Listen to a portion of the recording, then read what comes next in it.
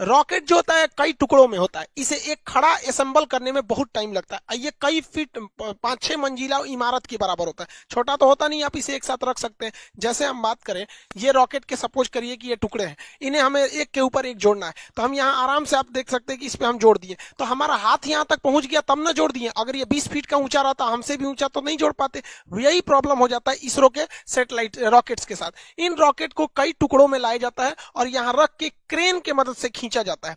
Crane की मदद से इसे उठा के और फिर इसे असेंबल किया जाता है, एक एक पार्ट। जहां आपको 4 पार्ट दिख रहा हो, 1 2 3 4, ये तो ऊपर वाला पेलोड है, तो इसको भी आप 5वां पार्ट मान सकते हैं। तो एक एक पार्ट को इस तरह से क्रेन के मदद से रखा जाता है। पहला पार्ट रखने में तो दिक्कत नहीं होता है क्योंकि हाइट कम ही रहती है, लेकिन जैसे जैसे ये ऊपर जाता है वहां तक इंजीनियर को पहुंचना, वहां से नट बोल्ट को कसना, पूरा सीधा रखना, हर चीज को जांच करना काफी दिक्कत होती है। इसलिए इसका जो असेंबली वाला यूनिट होता है ये काफी सोफिस्टिकेटेड, एकदम अत्याधुनिक होता है। जैसे यहां देखेंगे तो एक पार्ट को रख दिया गया है। अब यहां देखिएगा, यहां पर एक छत बना दिया गया, वो टेम्पोररी होता है, इस तरह से गिरा दीजिएगा तो ये आके गिर जाता है। अब यहां वाले पे इंजीनियर वगैरह अपना यहां पे खड़े होकर देख सकते हैं, फिर यहां हो सकता है। अब ये वाला जो सेकंड पार्ट जा रहा है, इसे क्रेन से खींच के इसके ऊपर रखा जाएगा। जैसे देखिए, ये फर्स्ट वाला पार्ट यहां रख दिया गया, इसमें से इंजीनियर हट गए हैं। अब देखिए यहां पर ये लोग यहां पर अपना वर्क कर रहे हैं। जब ये हो जाएगा तो ये वाले छत को खोल दिया जाएगा, फिर इस छत को यहां पर ऐसे नीचे गिरा दिया जाएगा ताकि वो लोग काम कर सके। ये असेंबली यूनिट होती है, कई फ्लोर बाई फ्लोर होती है जिसमें जोड़ा जाता है। जैसे ये देखिए, यहां आपको दिख रहा होगा रॉकेट का एक नीचे वाला पार्ट है। कैसे? जैसे ये रॉकेट ऊपर में भी भूरा है, नीचे में भी ब्राउन कलर का है, तो ये ब्राउन वाला दिख रहा है, ये सेकंड पार्ट, एक पार्ट है जो उसके नीचे है। और ये जो फ्लोर बना है ये टेम्पोररी फ्लोर है, परमानेंट फ्लोर नहीं है, छत नहीं है। अब इसके ऊपर इसको रखा जाएगा क्रेन के मदद से, फिर ये लोग इसको अच्छे से ज्वाइंट करेंगे, फिर इसके ऊपर एक और पार्ट को रखा जाएगा। इस तरह से देखिए, एक यहाँ पार्ट है, यहाँ है, यहाँ है, यहाँ है, ऐसे करते करते जोड़ा जाता है।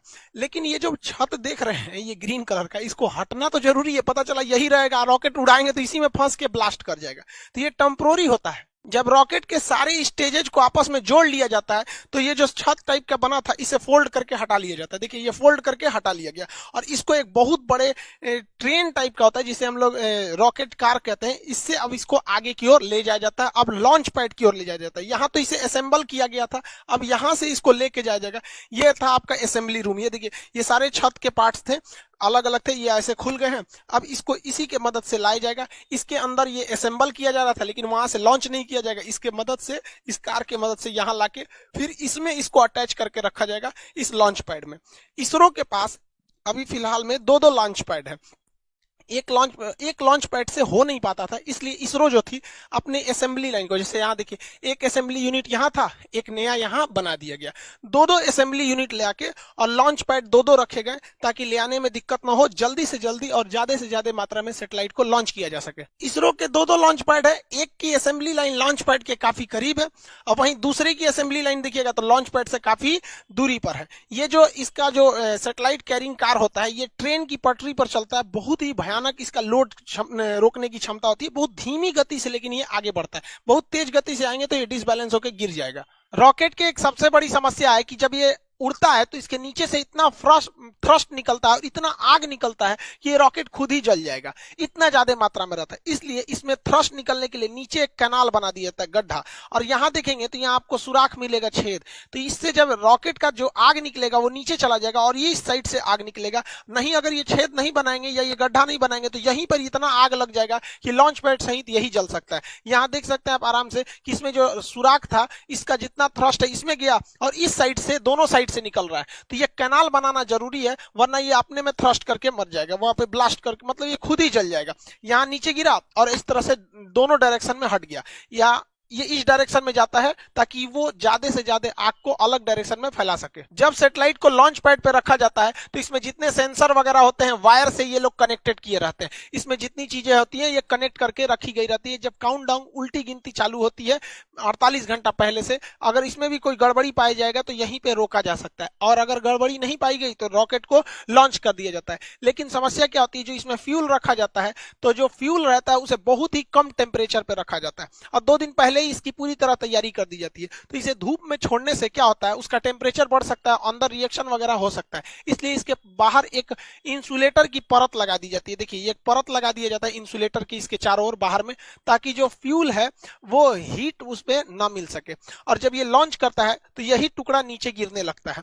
तो आप जब भी देखेंगे सैटेलाइट लॉन्च करते समय ये टुकड़े बाहर गिरते रहते हैं, ये फ्यूल को रोकने के लिए इंसुलेटर होता है जो हीट को अंदर जाने नहीं देता है। रॉकेट जब जमीन से ऊपर जाता है तो ये न्यूटन के तीसरे नियम पे काम करता है, ये थ्रस्ट धकेलता है और ये ऊपर जाता है। लेकिन आपको पता है कि पृथ्वी का अपना गुरुत्वाकर्षण क्षमता होती है, ये किसी चीज को अपनी ओर खींचती है। आप पृथ्वी से जितना ज्यादा करीब रहेंगे वो उतना ज्यादा खींचेगा, इसलिए रॉकेट को सबसे ज्यादा ताकत की जरूरत होती है तब जब वो जमीन छोड़ रहा होता है, क्योंकि वो पृथ्वी के करीब है। आप पृथ्वी को छोड़ के ऊपर जाएंगे या नीचे जाएंगे, जी की वैल्यू घटती है, या फिजिक्स के चैप्टर में पढ़ाए थे हम आपको, गुरुत्वाकर्षण वाले चैप्टर में। तो वहां पर यहाँ ज्यादा जरूरत है स्टार्टिंग पोजिशन पे, इसलिए रॉकेट का ये जो मेन इंजन होता है, ये मेन पार्ट, इसके अलावे इस साइड से छोटे छोटे और रॉकेट जोड़ दिए जाते हैं जिन्हें हम रॉकेट बूस्टर कहते हैं। ये 6 की संख्या में होते हैं बूस्टर। अब जो पीएसएलवी का बूस्टर है वो छोटा होता है और जीएसएलवी का बूस्टर बड़ा होता है। आगे समझाएंगे दोनों में अंतर क्या होता है। यहाँ देखिए ये बूस्टर है, ये बूस्टर, और ये मेन रॉकेट है ऊपर। बूस्टर जो होते हैं शुरुआत में एक्स्ट्रा पावर देते हैं ताकि ये पावर बहुत तेजी से उड़ सके, और आगे जाकर बूस्टर खुल जाते हैं, फिर एक एक पार्ट भी धीरे धीरे खुलते रहता है, लास्ट में तो सैटेलाइट ही पहुंचती है। रॉकेट के ये साइड वाले जो बूस्टर होते हैं, इसके अलावा रॉकेट का 4 स्टेज देखिए, पहला, दूसरा, तीसरा, चौथा। ये ऊपर वाला ये होता है, इसे पेलोड भरा होता है, इसी को हम लोग बोलते हैं प्रोटेक्टिव केसिंग। ये ढक्कन के समान होता है, इसी ऊपरी भाग में हम लोग सैटेलाइट को रख के या जिस चीज को लॉन्च करना है उसको इसमें रख के भेज देते हैं। अब देखिए ये ऊपर वाला जो सैटेलाइट केसिंग होती है, देखिए साइड साइड में ये हिस्सा है, इसी के अंदर हम लोग सैटेलाइट को रखे हैं। सैटेलाइट को रखने के बाद इसको जब ढक देते हैं तो ये पूरी तरह से बंद हो जाता है। जो रॉकेट का ऊपरी भाग देखते हैं ये खुला हुआ रहता था, यही वाला हिस्सा है, देखिए ये एक साइड में इधर खुला हुआ है, एक साइड में इधर खुला है, बीच में इसको बंद कर दिया जाता है। तो ये रॉकेट का बीच में बंद कर दिया गया। तो ये जो होता है उसका प्रोटेक्टिव केसिंग होता है, इसी के अंदर सारे रॉकेट को भरे गए रहते हैं। इस बार जैसे देखिए जैसे रॉकेट जाता है तो ये प्रोटेक्टिव केसिंग खुल जाता है, इसके अंदर सैटेलाइट होते हैं। इस बार वहां पे भागवत गीता और नरेंद्र मोदी का फोटो भी भेजा गया है। नरेंद्र मोदी का फोटो इसलिए भेजा गया कि जैसे ही मोदी जी 2014 में शपथ लिए थे तब भी उन्होंने सार्क की मीटिंग में कह दिया था कि इसरो सार्क देशों के लिए एक सैटेलाइट लॉन्च करेगी। पाकिस्तान बाद में उसमें से अलग हो गया। तो मोदी जी की विजनरी में इसरो का काफी ज्यादा योगदान रहा, मतलब वो इस साइंटिफिक चीजों को काफी आगे बढ़ाते हैं, इसलिए इसरो ने इनकी तस्वीर को अंतरिक्ष में भी भेजा था। और भागवत गीता को तो शांति का एक संदेश के रूप में, कि भागवत गीता एक तरह का क्या है, मतलब कई तरह के जो सांसारिक सवाल होते हैं उनको, उनका एक उसमें जवाब एक तरह से कर लीजिए। जैसे मान के चलिए कुछ लोग कहते हैं कि हमारा जीवन बहुत कष्टमय हो गया है, भाग साथ नहीं दे रहा है, नसीब साथ दे रहा है। उन लोगों को कहते हैं कि भाई साहब कभी फुर्सत मिले ना तो भागवत गीता में कर्ण की जीवनी पढ़ लीजिएगा। बेचारा जब से पैदा हुआ और जब तक मृत सैया पर भी लेटा था तो भी अपना दांत तोड़ के वो दम दे दिया था। तो जो लोग को लगता है कि मेरा नसीब खराब है तो एक बार कर्ण का देखिएगा, फिर समझ में आएगा आपका दुख कितना बड़ा और कितना छोटा है। खैर अपने टॉपिक पे आते हैं। इस बार 28 फरवरी 2021 को इसरो ने लॉन्च किया, तो अपने साथ टोटल 19 सैटेलाइट को लॉन्च किया गया था। इसमें एक ब्राजील का बना हुआ वहां पर एमेजोनिया 1 नाम का सैटेलाइट था जो काफी महत्वपूर्ण था। इसे PSLV C51 रॉकेट से छोड़ा गया। इस रॉकेट का नाम याद रखिएगा क्योंकि इसके मदद से भागवत गीता और मोदी जी का फोटो भेजा गया है, तो ये थोड़ा इंपॉर्टेंट हो सकता है। ये PSLV की 53वीं सक्सेसफुल मिशन थी। एमेजोनिया 1 ब्राजील का जो सैटेलाइट है ये पूरी तरह से ब्राजील के जंगलों पर नजर रखेगा। ब्राजील का जो जंगल होता है ये वर्षा वन होते हैं, ये टोटल दुनिया का 20% ऑक्सीजन यहीं से निकल जाता है। इतने घने जंगल होते हैं कि इसके अंदर कई बार जंगल का ऐसा एरिया है जहां सूरज की रोशनी नहीं पहुंच पाती, इतने जंगल है। लेकिन इन जंगलों की 2 समस्या है। एक, इन जंगलों में बड़ी तेज आग लग जाता है जिससे जंगल खत्म होने लगते हैं, और दूसरा यह क्या है कि यहाँ पे पेड़ों की कटाई बहुत भयानक चल रही है। पेड़ों की कटाई तो भाई साहब पूरी दुनिया में चल रही है, हर जगह पेड़ काटे जा रहे हैं, और जिस रफ्तार से पेड़ों की कटाई चल रही है वह दूर नहीं जब हरियाली के नाम पे केवल लड़कियां बच जाएंगी। तो इसके लिए जो ब्राजील है वो एमेजोनिया 1 नाम का सैटेलाइट लॉन्च कर रहा है ताकि वो अपने जंगलों पर नजर रख सके। भैया जरूरी भी है, पूरी दुनिया का फेफड़ा कहा जाता है ब्राजील के जंगलों को। इसमें 19 सैटेलाइट थे जिसमें एक एमेजोनिया 1, दूसरा महत्वपूर्ण था सिंधु नेत्र। ये भारत ने छोड़ा था। ये समुद्री क्षेत्र पर निगरानी के लिए किया गया क्योंकि घुसपैठ वगैरह न हो। आप याद कीजिए अजमल कसाब जैसे जो घुसपैठ हुए थे छोटे मोटे जहाजों से, इस वजह से वो समुद्री एरिया में किसी भी संदिग्ध जहाजों पर इस सैटेलाइट से नजर रखा जा सकता है, क्योंकि वो जो टेररिस्ट वगैरह जो घुसते हैं या स्मगलर जो ड्रग्स वगैरह का करते हैं, उन्हें लगता है कि नहीं यहाँ से तो कोई मतलब नौसेना की जहाज नहीं है, तो कितना बेहतरीन कोऑर्डिनेशन हो जाएगा। जैसे मान के चलिए नौसेना ने कहा कि भैया इस एरिया में मेरी जहाज नहीं है, तो सैटेलाइट से उस एरिया पे ज्यादा नजर रखा जाएगा, और जिस एरिया में नौसेना अभी पेट्रोलिंग पे है तो उस एरिया के सैटेलाइट पे उतना फोकस नहीं किया जाएगा। देखिए इसरो जो है, इंडियन स्पेस रिसर्च ऑर्गेनाइजेशन, इसका काम केवल है कि रॉकेट बनाओ और उसको सैटेलाइट बनाओ, दोनों को लॉन्च करो। लेकिन इसमें एक कमाई का भी जरिया हो सकता है। विदेश के लोग जो है, बहुत सैटेलाइट बनाना बहुत मुश्किल का काम नहीं है, लेकिन रॉकेट बनाना बहुत मुश्किल काम।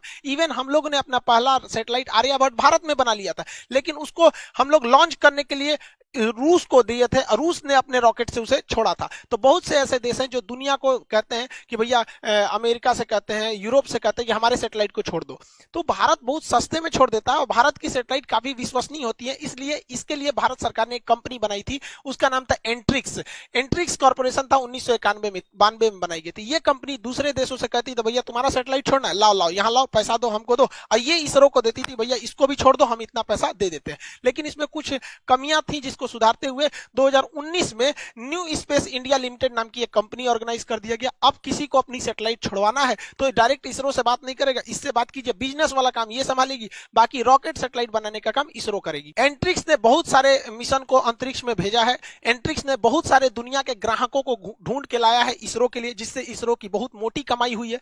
लेकिन अभी क्या है, ये न्यू स्पेस इंडिया लिमिटेड को बनाया गया, ये इसकी पहली कॉमर्शियल उड़ान थी जो ब्राजील से इन्होंने नेगोशिएशन करके लाया था। हालांकि ब्राजील चाइना से इस सैटेलाइट को छुड़वाने वाला था, लेकिन बाद में भारत ने उससे कम दाम दिया, इस वजह से उसने भारत से भी छुड़वा लिया। सैटेलाइट का ऊपर वाला जो भाग होता है ये खोखला होता है, इसे प्रोटेक्टिव केसिंग कहते हैं, ये खुल जाता है, इसी के अंदर सैटेलाइट्स को लॉन्च रखा जाता है। जो सैटेलाइट होते हैं इनके इसी के अंदर रखा जाता है। इसरो ने 2017 में इसके अंदर छोटे छोटे कुल 104 सैटेलाइट को लॉन्च किया था। इसके अंदर देखिए यहाँ पर छोटे छोटे होते हैं, तो 104 रॉकेट सैटेलाइट्स को इस पेलोड के अंदर रखा था।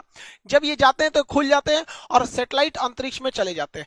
600 से 900 किलोमीटर ऊंचाई पे जाने के बाद पृथ्वी का गुरुत्वाकर्षण खत्म हो जाता है, फिर वो घूमने लगते हैं। इन सैटेलाइट को ऊर्जा यानी एनर्जी मिलती है, इन पर सोलर पैनल लगे होते हैं, इनमें सोलर पैनल से इनमें एनर्जी लगी होती है, मतलब एनर्जी ले रहते हैं ये लोग सोलर पैनल से। और इसके अंदर छोटा सा एक तो मोटर भी होता है जिससे कि ये अपने डायरेक्शन और अपने पाथ को चेंज कर सकते हैं। तो रॉकेट केवल अंतरिक्ष में जाके ये खुल जाएगा और सबको ऐसे फेंक देगा, और वहां गुरुत्वाकर्षण नहीं है तो सब इधर उधर तैरेंगे, तो वन बाय वन सबको अपने अपने ऑर्बिट में फिट कर दिया जाता है। रॉकेट इंजन और जेट इंजन में अंतर क्या होता है? हवाई जहाज में जेट इंजन लगा होता है, ये बाहर से ऑक्सीजन ले लेता है, जबकि अंतरिक्ष में तो ऑक्सीजन ही नहीं है, इसलिए रॉकेट इंजन उस इंजन को कहते हैं जो अपना खुद का ऑक्सीजन का सिलेंडर ले जाया जाता है। तो जिस सिलेंडर में ऑक्सीजन रहता है उसे हम ऑक्सीडाइजर कहते हैं, और जिसमें फ्यूल रहता है उसे फ्यूल टैंक कहते हैं।